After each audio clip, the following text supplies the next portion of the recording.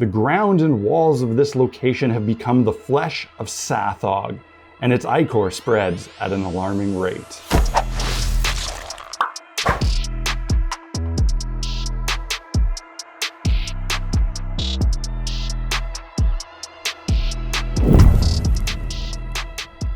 Hey guys, welcome back to Black Magic Craft. A couple weeks ago, I had just returned home from my trip to the Mace convention in the States, and I realized that I had a game of D&D scheduled that I had not planned at all. So I had to very quickly come up with a cool game in a very short period of time.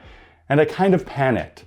But after the initial panic had worn off, I set to work coming up with a cool idea for a game. And I had just wrapped up running Oath of the Frozen King from Absolute Tabletop, and I needed a fresh start. So I figured, why not just keep going with some of their work? And to be clear, any of the videos I've made where I talk about Absolute Tabletop are not sponsored by them. I'm just a really big fan. They're friends of mine, and I love using their modules because they're not really modules. They're actually adventure kits. They're just books full of ideas and inspiration and tables and encounters and monsters and things that you can stitch together in any number of ways to create your own adventure. It's really free form. It's basically just a big book of inspiration, and that's exactly the kind of thing that I need as a DM. So I figured I might as well give their most recent adventure kit a shot. It's called Shadows over Driftchapel, and I'm not going to go into great detail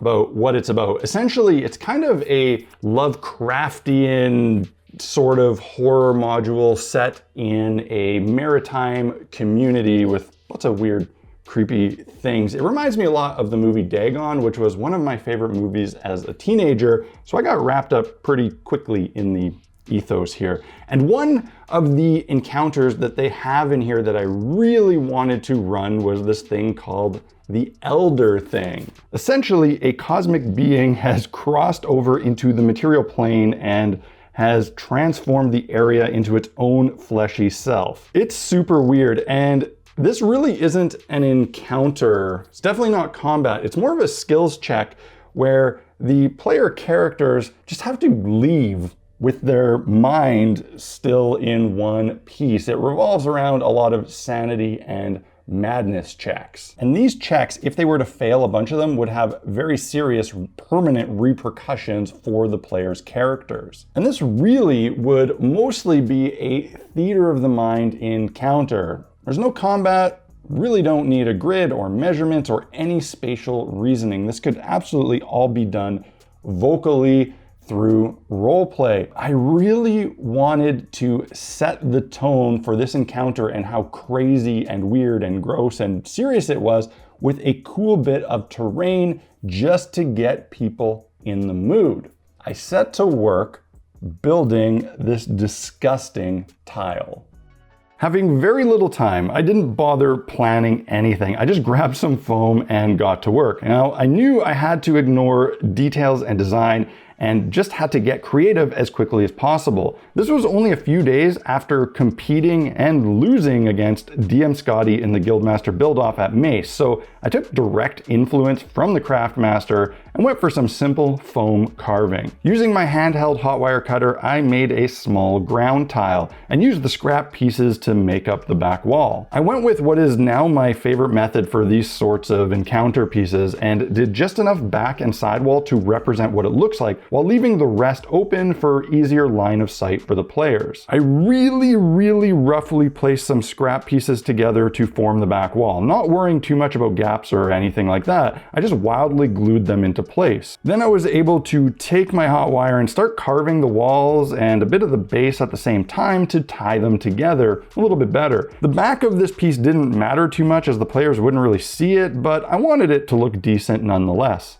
My initial thought process on this build was that I'd make it look like a cave or cellar, as the encounter was to take place in a basement. I figured I'd make it mostly look like stone, and then I'd add some gross fleshy effects in order to look like the Elder Thing was slowly taking over and transforming the space. For this reason, I textured the foam with aluminum foil to give it a stone effect.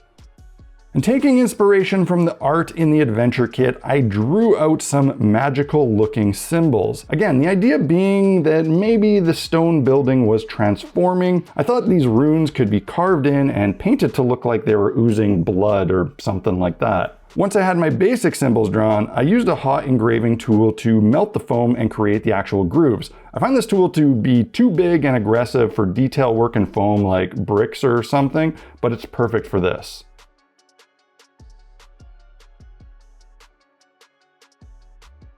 I actually had a lot of fun doing this and went a bit crazy, covering the whole thing with made-up letters from some ancient language. I really wanted this room to look crazy to more easily play on the madness element of the skills challenge.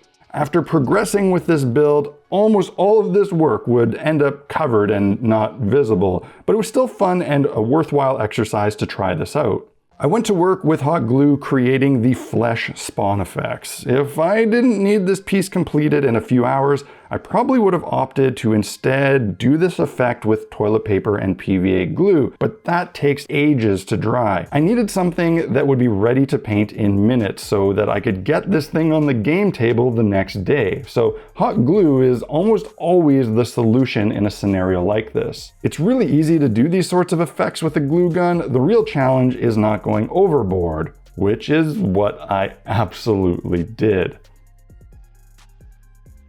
One of the problems with hot glue is that it's hard to paint, almost impossible with craft paint and a brush. So I opted to use some spray primer on the piece, and I chose white because I knew I wanted to create a pinky flesh and guts effect on all the hot glue, and white is a better base coat for these sorts of colors. There's a lot of raw exposed foam on this piece, but as I mentioned last video, I have practiced spray painting foam enough and tested enough brands to know I could do this safely. Also, in the off chance something did melt, it would blend right into this crazy piece. But as you can see on the back, which is exposed foam, there was no problem. Practice and test, practice and test. Then you can spray paint foam confidently.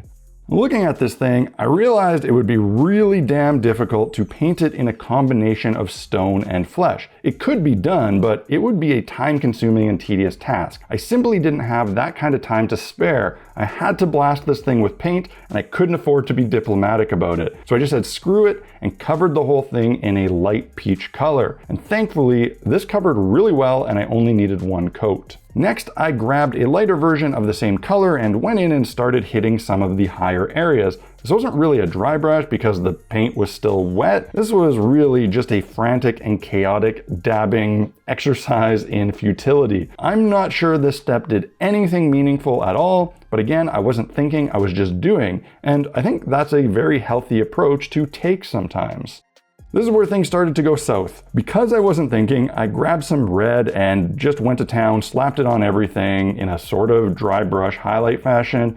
Man, did this look awful. I knew it was bad, but I just kept going in the hopes that if I kept putting enough paint and stuff on the piece, it would eventually look cool. It was also at this point I realized all the symbols that I had carved in were basically invisible, especially the little ones. This was followed by another poor decision and horrible execution of adding some blue to create some veins, or arteries. I always forget which one looks blue, and honestly, I don't care enough to look it up right now, but you know what I'm getting at. This red and blue probably could have looked good if I had put in any effort to do it nicely, but I didn't. I literally painted all of this in about 2 minutes, but that was the theme of this build, shotgun crafting. Honestly though, it really looked like crap, so I put on another coat of the light peachy color. I applied this pretty thin so that some of the blue and red still showed through, and I think this actually did make an interesting look that was starting to get this thing where I wanted it to go.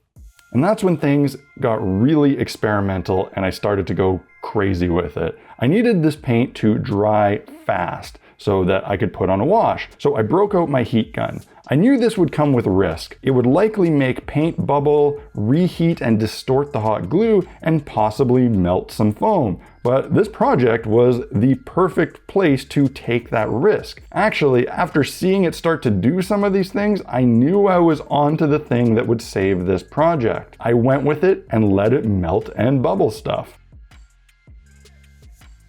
Then I mixed up a red wash using some airbrush thinner, flow improver, and some matte medium, using some red acrylic paint for the color. I absolutely would have preferred red ink, but I don't have any. And I wasn't shy about putting this on either. I just completely covered the thing and hoped for the best.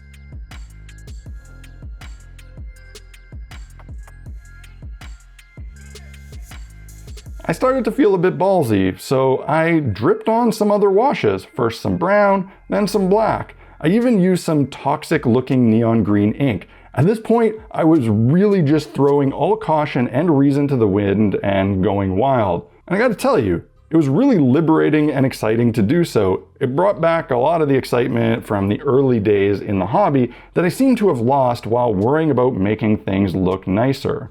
I let all the washes and ink flow and mix naturally, creating a really gross bile-like mess. It looked pretty cool. But drying was a problem, so I again busted out the heat gun to see what it would do. This got really fun. The heat caused everything to distort and bubble even more. It was really starting to look like the face of Freddy Krueger or something, and it created some really amazing bubbles, but I knew these bubbles were hollow and wouldn't be stable, so I used a brush to push all the reheated glue back down onto the foam to bond again. At this point, I was pretty happy with how this thing was looking. Certainly the most vile creation I've ever made in this hobby. Well, maybe, I'm not sure. I've made a couple pretty gross projects. But you know what would make it even better? Pus.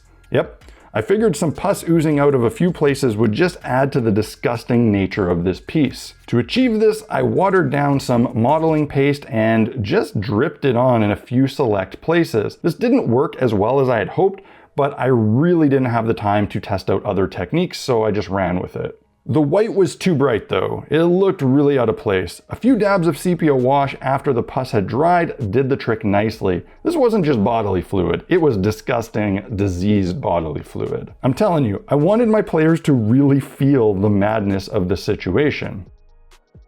The last thing I did on the build was add a coat of Mod Podge, and I never put Mod Podge on as a final coat. But I figured it would be perfect here. I wanted it to look wet and slimy, so some gloss Mod Podge would be perfect. I put it on really heavy and I didn't worry about brushing off the excess. I actually intentionally put on too much and overworked it, causing a frothy, bubbly mess. I didn't know how this would dry. On a normal piece, this would obviously be bad, but I figured on this one, if those bubbles stayed, and parts of it looked a bit white, it might look cool. So I put it on like a maniac and let the thing dry overnight. I knew that whatever I was left with would be what I had to work with in the next day's game.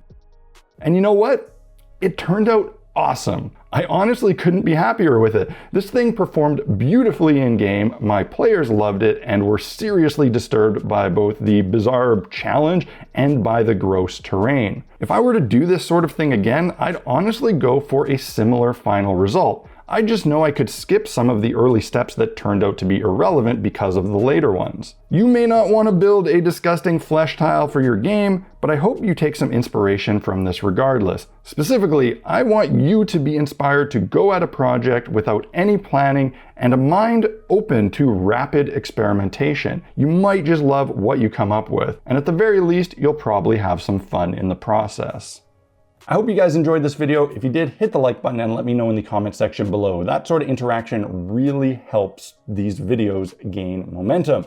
And if you want to pick up any tools or supplies for your own hobby needs, especially if you're just getting started, I've created a really good resource on my website, blackmagiccraft.ca. I have an essential equipment page where I list, explain, and link to all of, or at least most of the stuff that I use regularly so that you can buy the right stuff. And if you get a lot of value out of these videos I make and you want to help me keep making them, one really awesome way you can help me do that is by supporting the channel on Patreon. Patreon is easily my most reliable and secure revenue stream for this channel and one of the main reasons I can put out these videos on a regular basis. So if you're into that sort of thing, you want to help me out, help me help the community, consider joining the fellowship on Patreon. That's it for this week, guys. This is really not that well suited for a holiday season episode, is it? But I mean, it is for me. This is pretty cool, I think. That's it for this week, guys. Cheers. I will see you again next week.